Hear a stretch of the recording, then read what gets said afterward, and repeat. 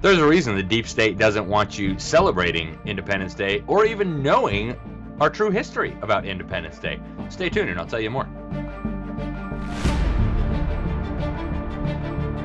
Independence Day used to be an incredibly popular holiday. It wasn't controversial. It was an explicit and incredibly important part of our history, and it is just so important. And yet, over a period of generations, the government brainwash camps, the fake media, the lying race mongers have tried and tried and tried to undermine that history to the point now where I'm sure you guys have seen the videos. Hey, so what do we celebrate on 4th of July? 4th of July? People really don't know.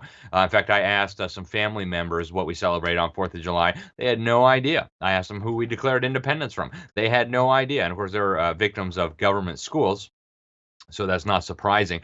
And yet, Independence Day is so critical. So I want to have a little, just bit of a recap on history. This attack, this assault on our history is picking up speed. We saw this year the Democrats, who of course were the party of slavery, now have created Juneteenth as a holiday. And I was at a conference. Dr. Gina Loudon and I were both speaking, and she explained her hypothesis. I think she's right on the money.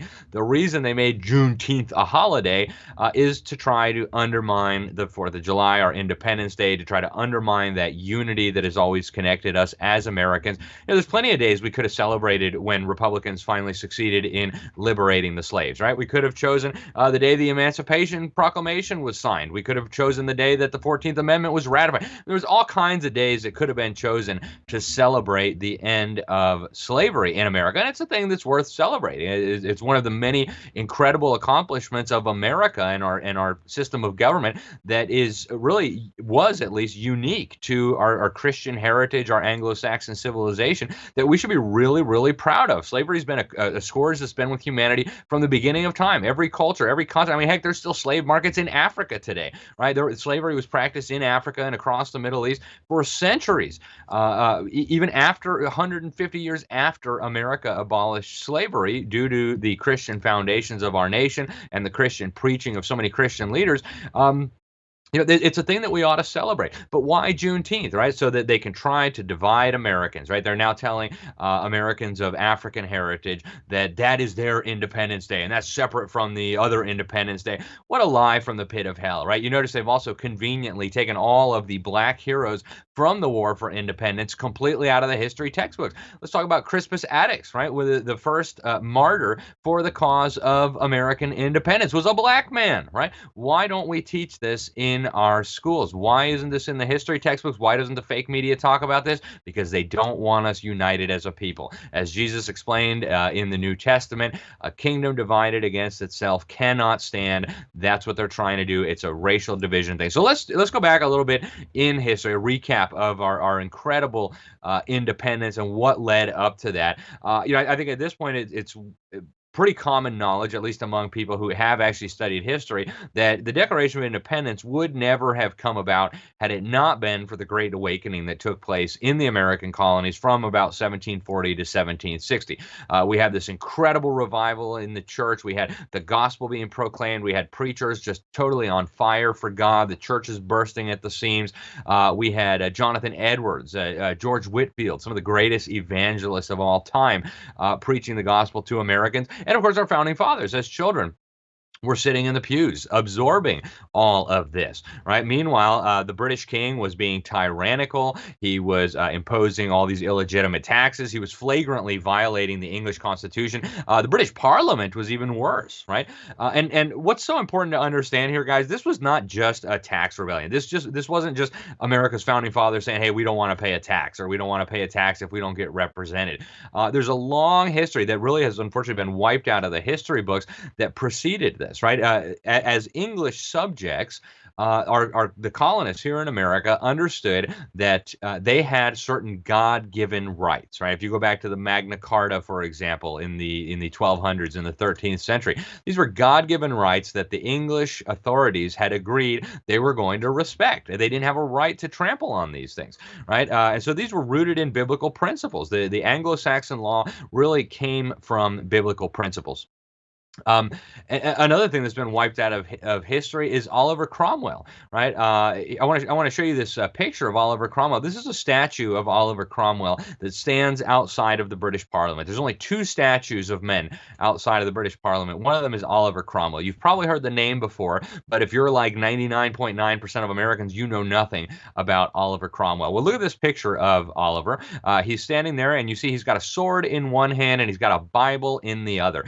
He was a critical figure in British history and Anglo-Saxon history and in the history of the world. And so what happened was King Charles I was behaving as a tyrant. He was acting as if he was a law unto himself. He didn't have to obey the laws of God. He was the law, right? That's what he wanted people to think. He actually went to the point where he tried to dissolve Parliament and take away people's representation in their government. Well, Oliver Cromwell and Christians of that era said, no, that's not going to happen. That's not going to work. And so in 1642, they decided to fight back under the leadership of Oliver Cromwell. Oliver Cromwell had been a member of Parliament. He was one of the Puritan leaders.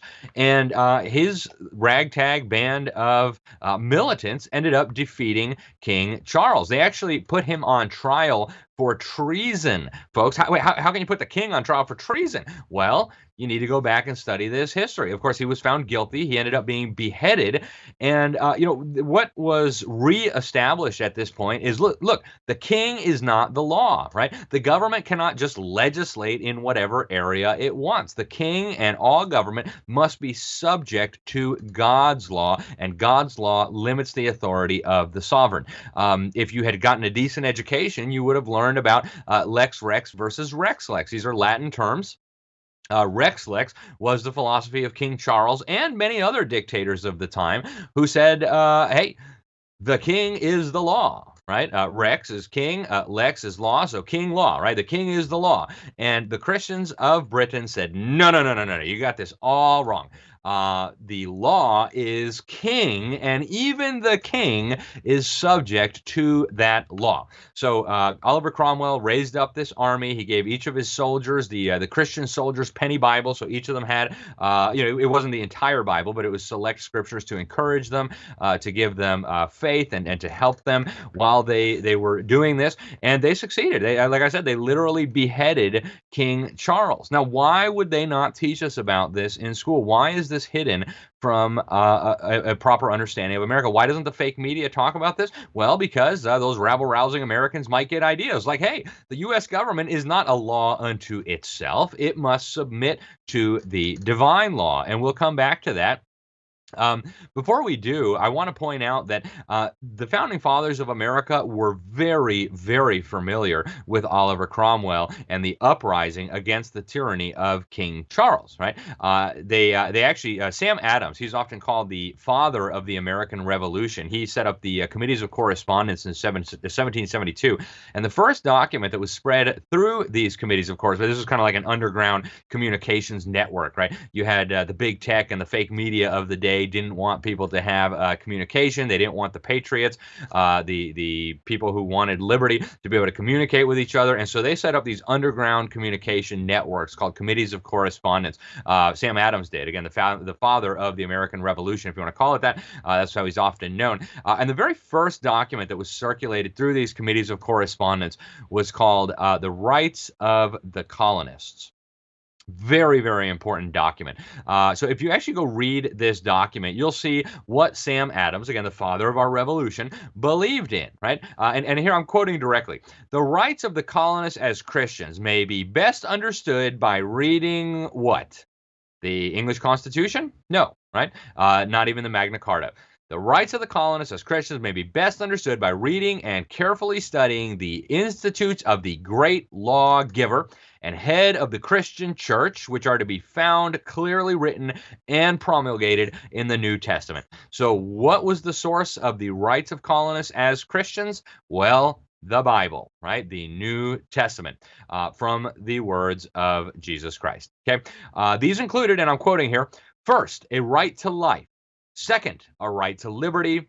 Third, a right to property, together with a right to defend them.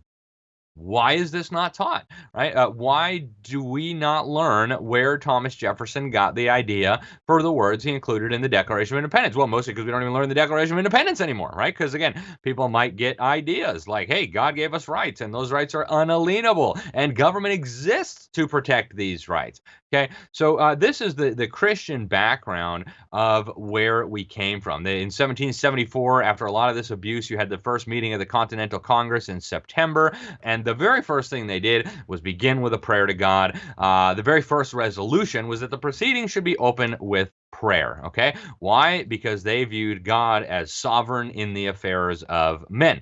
Right? You remember in the immortal words of the Declaration, the laws of nature and nature's God. We'll come back to that. So on April 19th, obviously Paul Revere warned that the British soldiers were coming, and they, of course, wanted to take the guns away from the colonists. And led by a Reverend Jonas Clark, the colonists refused. That's where we got the shot heard around the world. Reverend Jonas Clark, of course, said that from this day will be dated the liberty of the world, right? They understood the significance, and they also understood that at the heart of all of this needed to be God and his word. You cannot understand the American War for Independence unless you understand that it was completely motivated by their Christian faith. It wasn't motivated by a rebellion against taxes. It wasn't motivated by a dislike of the king.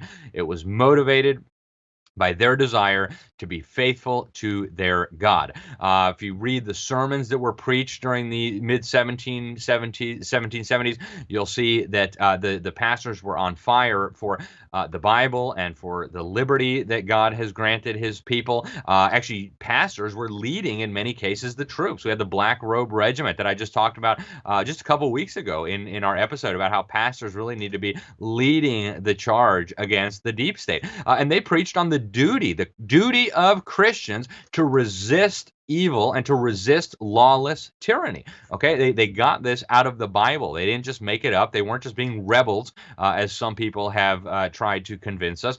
Reverend Peter Muhlenberg, in December of 1775, he preached his famous sermon, there is a time for all things, there is a time to fight, and that time has now come. He ripped off his pastor garb, his black robes, and underneath he was wearing a military officer's uniform. He took the men of his church outside. They had a drummer boy outside playing the drums, and everybody, all the men in his church, signed up for military service. And eventually, Reverend Peter Muhlenberg ended up becoming a general, and he became one of Washington's top generals. And many, many other clergy followed suit. So the next year, in 1776, the different colonies sent delegates together, and they met and they decided to officially declare independence. And they said, we hold these truths to be self-evident that all men are created equal, that they are endowed by their Creator with certain unalienable rights, that among these are life, liberty, and the pursuit of happiness. The only reason they used pursuit of happiness instead of property was because most of the founders wanted to abolish slavery. They never wanted it to be said that, well, hey, property, that includes people, because they knew that the Bible condemned that. And so they knew that throughout all human history, people had been in sin with this. In fact, the Bible says anybody who kidnaps a man and steals his life by making him a slave should get the death penalty, right? That's a capital offense. And they said that the purpose of government was to secure these rights, right? And where did they get these ideas? Again, just like Sam Adams pointed out, these ideas come straight from the Bible, right? If you read, for example, Romans 13, you find out that the purpose of government is to punish evil. Well, God already defined evil. He said murder is evil. So if murder is evil and government is meant to punish murder, the corollary to that is that God has given you a right to life, which is exactly what the founding fathers said in the Declaration of Independence. Excuse me. God says that thievery, that stealing is evil. So what is the corollary to that? That God has given you a right to private property, and therefore that government must punish anyone who infringes on your right to property. Okay, so the most frequently cited writer by America's founding fathers was Paul the Apostle, Paul who wrote most of the New Testament. Okay, he was the most cited writer. The most cited legal scholar was a man by the name of Sir William Blackstone. He was the author of commentaries commentaries on the laws of England. This was a four-part series that is called The Bedrock of American Jurisprudence, right? There's actually a statue of Sir Blackstone outside of the U.S. court in Washington, D.C. I want to show you the picture. So Blackstone was obviously an incredibly important individual, and what he argued, and of course he was just distilling the accumulated wisdom of the British nation, was that all law must be based upon the higher law of God's law.